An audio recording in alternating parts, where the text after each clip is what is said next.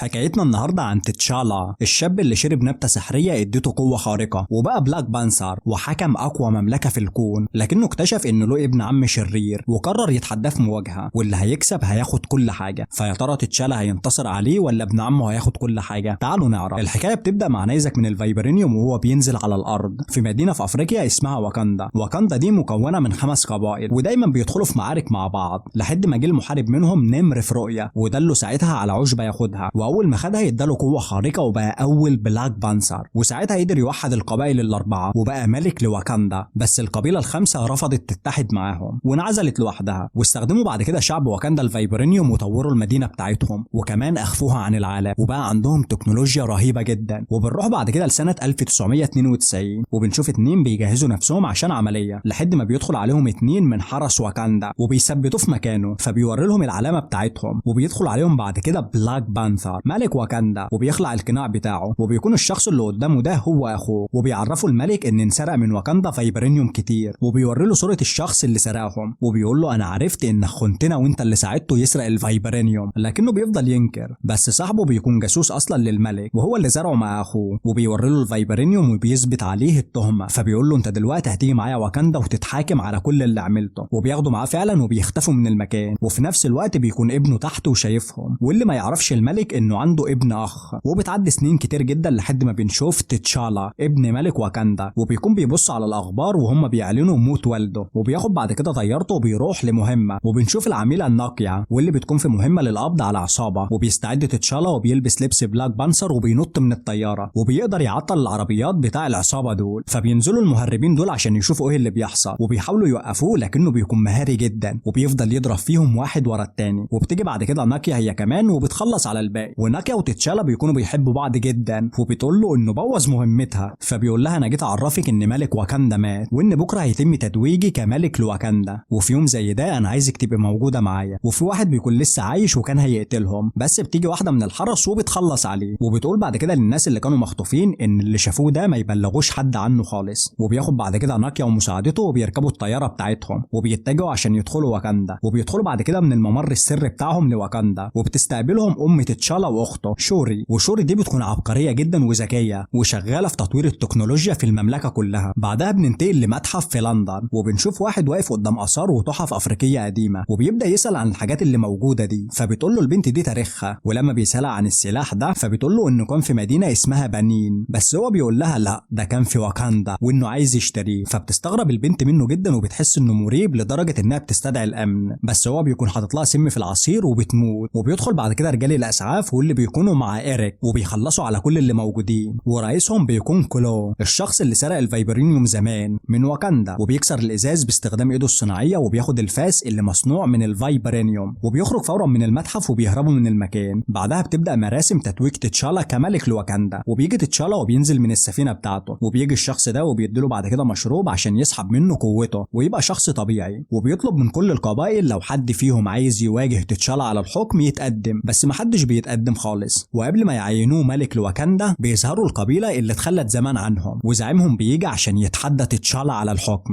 وبتبدا فعلا المعركه بينهم، والاتنين بيكونوا اقوياء جدا وقوتهم قريبه من بعض، بس الشخص ده بيقدر يجرد تتشالا من سلاحه وبيكون خلاص هيخلص عليه، فبتقول امه باعلى صوتها وريله انت مين، فبيتشجع تتشالا وبيقوم من تاني وبيفضل يضرب فيه وبيقدر يهزمه، وبيقول له استسلم لان قبيلتك وشعبك محتاجينك بدل ما موتك، وبيستسلم فعلا. بعدها بيتم تتويج تتشالا رسميا ملك لواكاندا، وبيجيبوا بعد كده العشبه من تاني عشان يرجعوا له قوه بلاك بانثر، وبيدفنوه في قلب التراب عشان يقابل اسلافه وياخد منهم المباركه، وبيرجع فعلا وبيقابل اسلافه وبيقابل والده وبيحضنه وبيديله مباركته، وبيقول له بعد كده شويه نصايح عشان يتعامل ازاي كملك. بعدها بيرجع تتشالا للعالم الحقيقي من تاني، وتاني يوم بنشوفه وهو ماشي مع ناقيه في المدينه، واللي بتفضل تنصحه بتقول له انه يفتح واكاندا على العالم ويساعد كل الدول اللي محتاجه مساعده، فبيقول لها لا هيطمعوا فينا لو عملنا كده عشان الفايبرينيوم اللي عندنا. بعدها بيروح يتكلم مع صاحبه وقابي في الموضوع ده، لكنه ما بيرحبش بالفكره، واثناء ده بتقول لهم مساعدته ان اجهزه الرادار بتاعتهم رصدت حاجه غريبه وانه لازم يجي دلوقتي، وفعلا بيروح تتشالا لهناك وبيعرف ان الفاس اللي في متحف بريطانيا اتسرق وانهم هيبيعوه لشخص، وحددوا كمان مكان الاستلام وانهم لازم يوقفوا العمليه دي. وبيروح بعد كده تتشالا لمركز الابحاث بتاع واكاندا، وبتكون شورو اخته هناك وبتقدر تصنع له جزمه ما بتعملش صوت وبدله ضد الرصاص وبتكون متطوره جدا، وبتقول له انها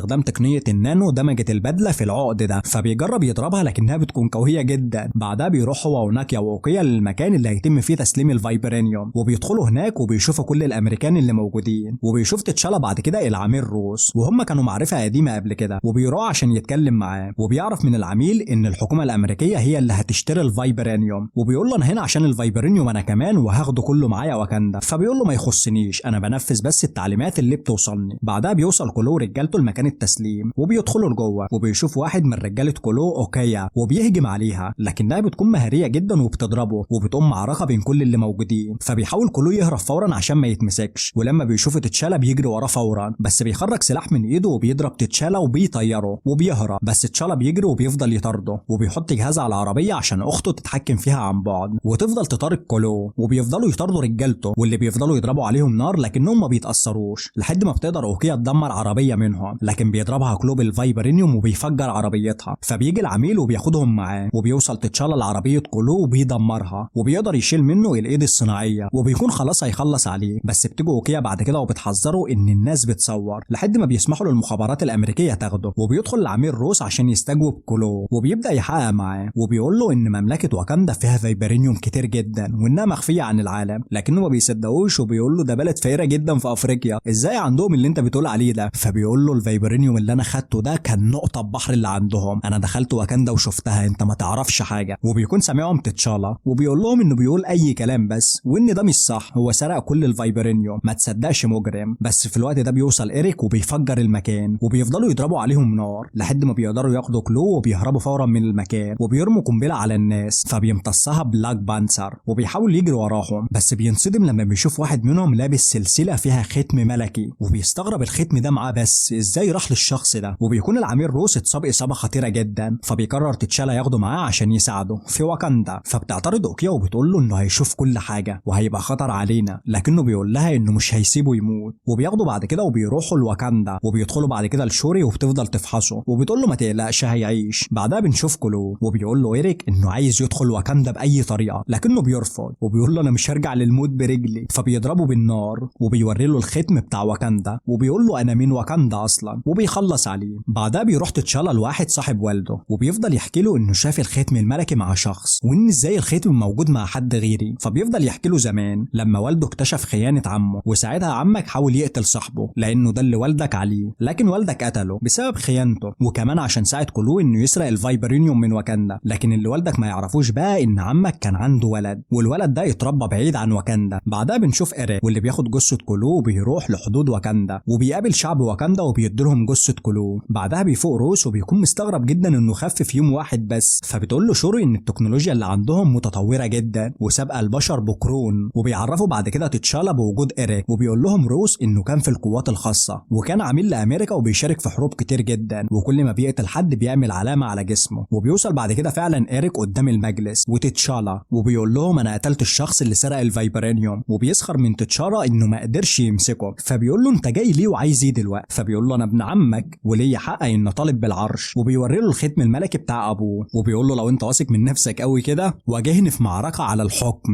وبيتحداه، وبيقبل تتشالا التحدي. وبيجي يوم المعركه والاتنين بيقفوا قدام بعض، وإيريك بيقول له انا طول عمري مستني اللحظه دي. وبتبدا بعد كده المعركه، والاتنين بيفضلوا يضربوا ببعض، والاتنين بيكونوا اقوياء جدا ومهاريين وقوتهم كده شبه متساويه. بس بعد معركه كبيره جدا بيقدر إيريك انه يطعن تتشالا، وقبل ما يقتله بيقول له صاحب والده ان هو السبب في موت والده زمان، ولو عايز تقتل حد يقتلني انا. فبيقتله وبينهزم تتشالا، فبيشيله إيريك بعد كده وبيرميه من فوق الشلال وبيفوز بالمعركه، وبكده رسميا بقى إيريك ملك لواكاندا. في اللحظه دي بتنهار ام تتشالا جدا واخته، وبتاخدهم بعد كده ناكيا وبيهربوا من المكان فورا قبل ما إيريك يخلص عليهم هم كمان. وبتروح بعد كده حبيبه تتشالا لاوكيا، وبتقول لها تمنعه لانه هيدمر كل حاجه. فبتقول لها انا مش خاينه، انا ولاء للعرش مش لشخص واحد. بعدها بياخد إيريك العشبه عشان يبقى بلاك بانثر ويجيله القوه بتاعته، ولما بياخدها فعلا بيأمرهم يحرقوا كل العشب في المكان عشان محدش من بعده ياخد القوه دي. بس ناكيا بتقدر تاخد عشبه وبتهرب بيها من المكان من غير ما حد يشوفها. وبيقرر بعد كده إيريك انه يطلع كل اسلحه الفايبرينيوم من المملكه، وبكده بيكون بيعلن الحرب على دول كتير جدا. بعدها بتروح ام تتشالا والعميل روس لأمبوكا عشان يساعدهم، واللي بياخدهم وبيقول لهم انا عندي مفاجاه ليكم، وبيوريهم تتشالا وبيكون لسه ما ماتش، وانهم لقوه جابوه هنا. وبتطحن بعد كده ام العشبه وبتشربها له وبيفوق فعلا، الوفاء، وبتديله بعد كده اخته البدله اللي صنعتها في العقد، وبياخدها وبيروح يشكر ام بوكا، وبيقرر يروح تاني عشان يواجه إيريك ويهزمه. وإيريك في اللحظه دي بيكون حمل فايبرينيوم كتير جدا ومحملها في طيارات وبيخرجها من المملكه، لكن بتنفجر واحده منهم، وبيروح له تتشالا وبيقول له انا بطالب بمباراه تانيه، فبيقول له خلاص انا دلوقتي بقيت الملك وما عادش في مباريات تانيه، وبيأمر رجالته انهم يخرجوا كل الطيارات من المدينه فورا. فبتدخل شوري والعميل روس المعمل عشان يوقفوا الطيارات دي، وبيأمر إيريك وكابي انه يهجم بكل رجالته على تتشالا، لكن وكيا بتقرر تقف مع تتشالا وبتأمر جنودها يحاربوا إيريك، وبتبدأ فعلا المعركه، وبتكون شوري ادت لروز جهاز عشان يتحكم في طياره عن بعد ويفجر الطيارات اللي بتحاول تهرب من المملكه، وبيقدر يفجر عدد كبير منهم فعلا. والمحاربات بيفضلوا يتقاتلوا مع إيريك لكنهم ما بيكونوش قادرين عليه وقوته بتكون رهيبه، وبتهجم عليه شوري وبتتقاتل معاه، لكنه برضه بيكون اقوى وبيقدر يهزمها. وقبل ما يخلص عليها بيهجم عليه تتشالا وبيقعوا الاثنين في مكان، وبتكون شوري واوكيا متحاصرين دلوقتي وبيكونوا خلاص هيخلصوا عليهم، لكن في اللحظه دي بيوصل امبوكا وبينقذهم، وبيفضلوا يتقاتلوا مع عملاء إيريك، وبيقدر روس يفجر كل الطيارات اللي كانت بتهرب، وبيتهزم فعلا وقابي واللي معاه، وكل اتباع إيريك بيستسلموا، وبيفضل إيريك وتتشالا يتقاتلوا مع بعض، وبيكون قوتهم مذهله جدا بسبب العشبه اللي خدوها، وبيكونوا اقوياء جدا. وبعد معركه كبيره جدا بيقدر تتشالا يطعنه وبيهزمه، فبيقول له إيريك بحزن ان ابوه وعده انه هيشوف غروب الشمس في واكاندا، فبياخده بعد كده تتشالا فوق وبيوري له غروب الشمس، وبيحقق له امنيته الاخيره، وبيقول له تتشالا انا اقدر انقذك، لكنه بيقول له لا انا مرتاح كده. وفي اللحظه دي بيموت إيريك، وبعد موت إيريك بيرجع بعد كده تتشالا ملك لواكاندا من تاني، وبيشكر بعد كده ناكيا انها انقذت عيلته. وبعد فتره بياخد اخت شوري للمكان اللي عمه مات فيه، وبيقول لها انه اشتراه وهيحوله المركز لمساعده المحتاجين. وبيطلع بعدها في لقاء صحفي وبيقول للعالم احنا قررنا اننا نفتح واكاندا على العالم وهنشارك كل علمنا والتكنولوجيا اللي عندنا معاكم. فبيقول له واحد كده بتريقه ازاي بلد فقيره هتعلمنا، فبيضحك تتشالا بسخريه اللي هو انت مش عارف حاجه اسكت. حكايتنا بتكمل مع شوري وهي عماله تعمل ابحاث ازاي تعيد صنع النبته من تاني عشان تنقذ حياه اخوها تتشالا لانه تعبان جدا دلوقتي، وبتكون متوتره جدا ومش عارفه تعمل ايه. بس للاسف بتدخل عليها والدتها وبتبلغها ان اخوها مات، واول ما بتسمع الخبر ده بتنهار. تاني يوم بيتعمل جنازه وسط حزن الجميع لتتشالا، وبتبدا مراسم الدفن والناس كلها بيكونوا زعلانين عليه جدا. وبتيجي بعد كده سفينه وبتسحب التابوت بتاع تتشالا. بعدها بتعدي سنه وبتكون ام تتشالا دلوقتي بقت ملكه واكاندا، وفي الوقت ده بيكون في اجتماع مع اعضاء الامم المتحده، وكل الدول في العالم بيكونوا طمعانين في الفايبرينيوم بتاع واكاندا بعد موت تتشالا، وبيقولوا لها رؤساء الدول انت المفروض تشاركينا الفايبرينيوم، لكنها بتقول انها خايفه منهم لما ياخدوه وساعتها هتقوم حروب بينكم، وانها عارفه دلوقتي ان في قوات من الجيش عندكم في واكاندا عشان يسرقوا الفايبرينيوم، والحرس الملكي قدروا يقبضوا عليهم كلهم. وبتقول لهم انتوا فاكرين ان واكاندا بعد موت الملك بتاعها انها بقت ضعيفه دلوقتي، لكنها قويه وهتفضل قويه. وبتكون صورت الاقتحام ده وبعتته على تليفوناتهم، وبتدخل لهم كمان الجنود اللي هم مسكوهم، وبتقول لهم ان ده مجرد تحذير بس لو اتكررت هتقوم حرب انتم مش قدها. بعدها بنشوف مجموعه من الجيش الامريكي وهم بيبحثوا في المحيط عن الفايبرينيوم جنب واكاندا، وبيكون معاهم جهاز بيقدر يستشعر الفايبرينيوم، وبيلاقوا فعلا ماده منه. لكن فجاه الاتصال بيتقطع وبينقتل كل الناس اللي موجودين تحت الميه، وبتخرج كده مخلوقات شكلها غريب من الميه وبيغنوا اغنيه الناس بتتسحر لما بيسمعوها، وبينطوا في قلب الميه. وبتحاول رئيسه البعثه انها تهرب بسرعه في المكان وتنجو بحياتها، بس المخلوقات دول بيضربوا عليها نار، لكنها بتقدر تهرب منهم وبتاخد الهليكوبتر وبتهرب فورا من المكان. وبيخرج من قلب المحيط ناس وبيكون واحد منهم قادر يطير. بعدها بنشوف ملكه واكاندا وهي راجعه المملكه بتاعتها من تاني، وبتروح مركز الابحاث واللي بتكون فيه شوري، وطول الوقت بتكون هناك مع ابحاثها وعماله تجرب ابحاث جديده. وبتدخل لها الملكه وبتفضل شوري تعرفها انها اخترعت بدل جديده للجنود وهتخليهم ما يتاثروش باي حاجه، فبتفضل تسالها عن العشبه وقدرت تعيد صناعتها ولا لا، فبتقول لها انها فكتها من الموضوع ده لان بعد موت تتشالا ما ينفعش يجي بلاك بانثر غيره، فبتطلب منها تسيب كل حاجه وانها تيجي معاها عشان عايزه تتكلم معاه. وبيروحوا يزوروا تتشالا وبتديها بعد كده ملابس العزاء وبتقول لها تحرقهم لان دي طقوس عندهم، لما تحرقهم هتنسى الحزن وهتركز في اللي جاي، لكنها بترفض. بس اثناء ده بيسمعوا صوت طالع من البحر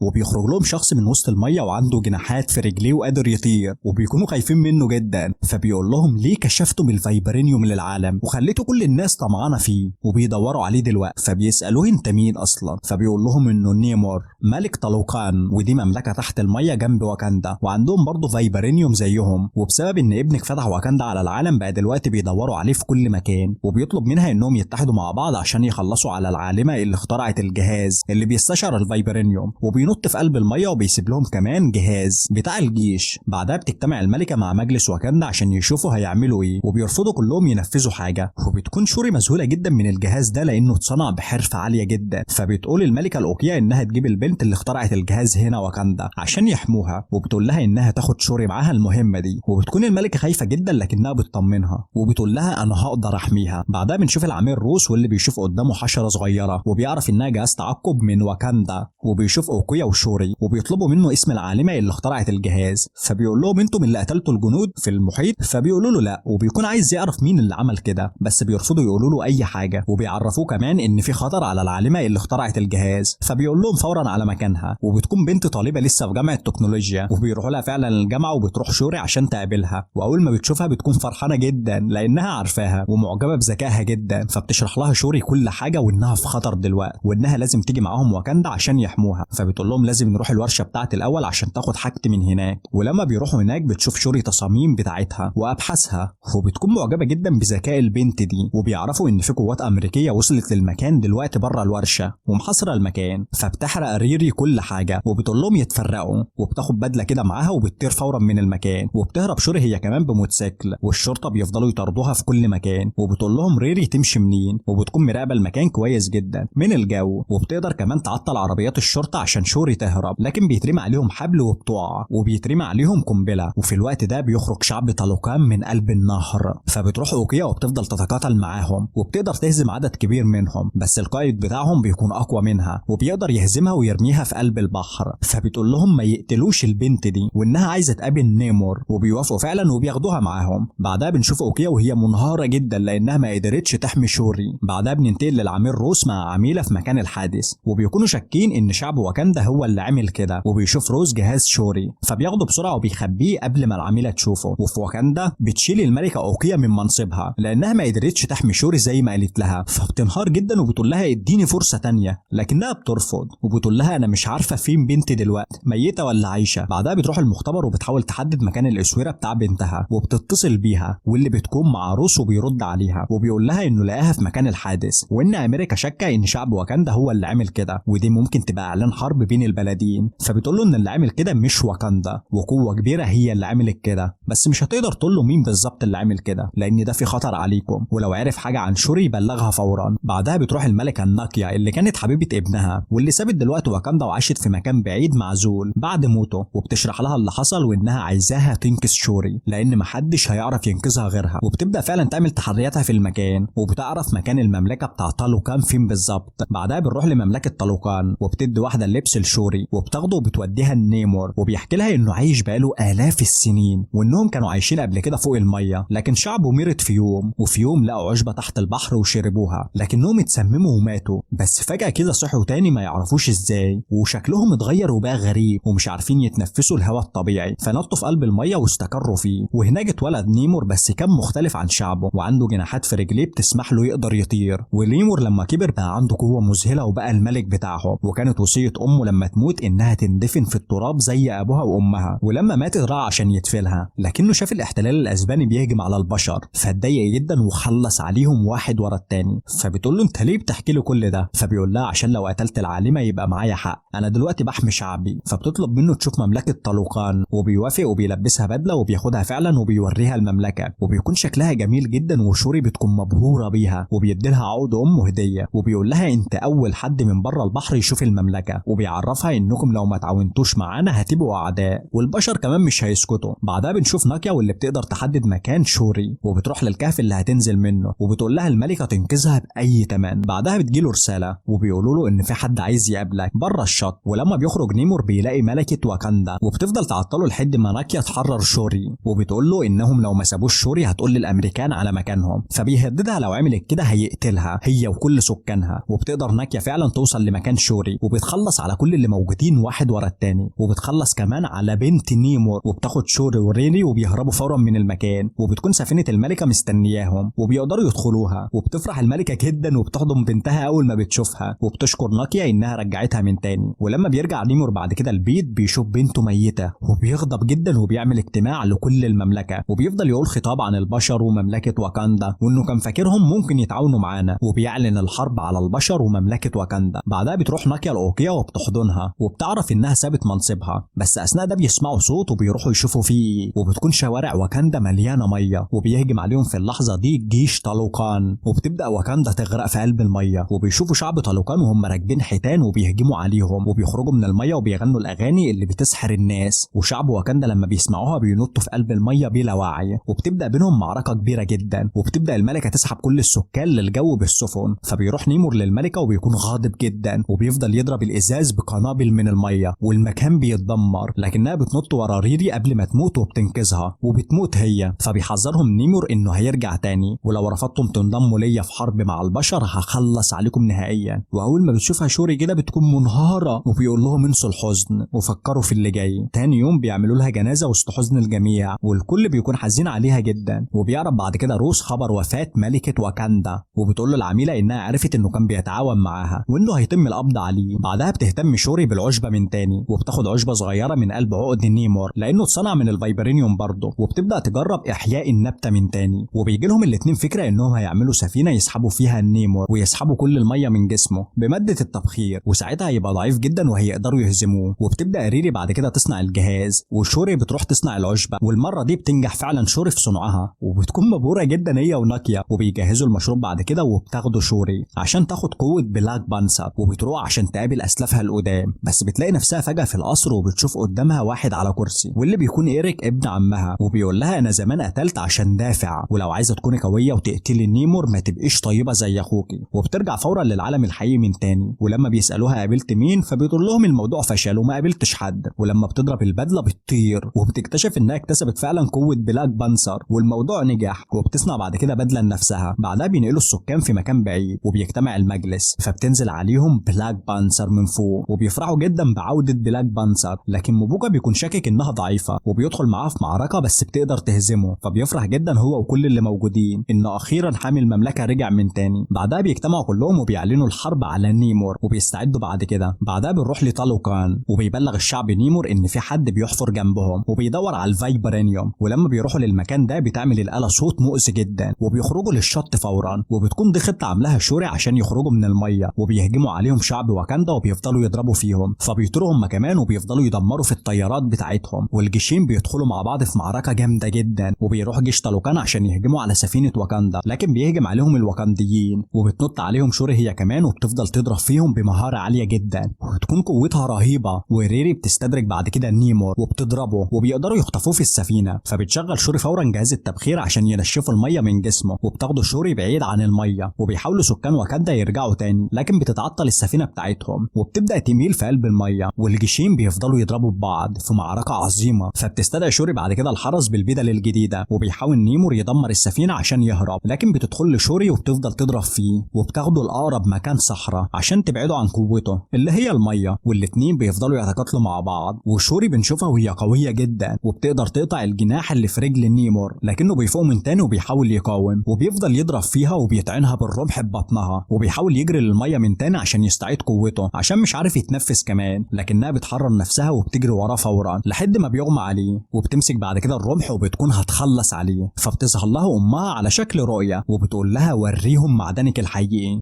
فبتتأثر جدا وبتطلب من نيمور يستسلم وانها تحفظ سره لكنه ما يقربش من واكاندا تاني وشعبك محتاجك، وبيستسلم فعلا. وبتكون لسه المعركة شغالة بين الجيشين لحد ما بيجي نيمور هو وبلاك بانسر وبيأمرهم يتراجعوا وينسحبوا، وفعلا بينسحبوا للمكان وبيرجع السلام من تاني بين المملكتين. وبتبدأ بعد كده شوري تزرع عشب بلاك بانسر من جديد، وبتساعد كمان ريري انها ترجع الجامعة وحلت لها كل المشاكل بتاعتها، وبتوري لها كمان العربية بتاع والدها اللي اتدمرت بعد ما صلحتها. بعدها بنشوف نيمور واللي بتقول له واحدة انت استسلمت ليه، فبيقول لها هي انقذت حياتي، ودلوقتي كمان بلاك بانسر رجع يحمي واكاندا، مش هنقدر على بلاك بانسر، هيبقى في خسائر كتير جدا، وانهم دلوقتي كسبوا التحالف مع واكاندا. بعدها بنشوف روز بعد ما اتقبض عليه لانه ساعد ملكة واكاندا، بس بتيجي اوكيا وبتنقذه. بعدها بتروح شوري وبتحرق الملابس بتاع الجنازة وبتودع الحزن، وبتقرر تفكر في شعبها ومملكتها وبس، وبتفضل تفتكر ذكرياتها زمان مع تتشالا اخوها، وبتكون حزينة جدا. وبتجيلها بعد كده ناكيا وبتعرفها بابنها، وبتقول لها ان ده ابن تتشالا اخوكي، وسميناه تتشالا هو كمان، وكان قررنا اننا نبعده عن المملكة والحرب. وبتسألها والدتها كانت عارفة، فبتقول لها وبتفرح جدا اول ما بتشوفه. ودي كانت نهاية حكايتنا. يا ريت لو عجبكم الفيديو تعملوا لايك وشير عشان نساعد ان الفيديو ده يوصل لاكبر عدد من الناس ونكبر القناة بسرعة. اشوفكم الفيديو الجاي.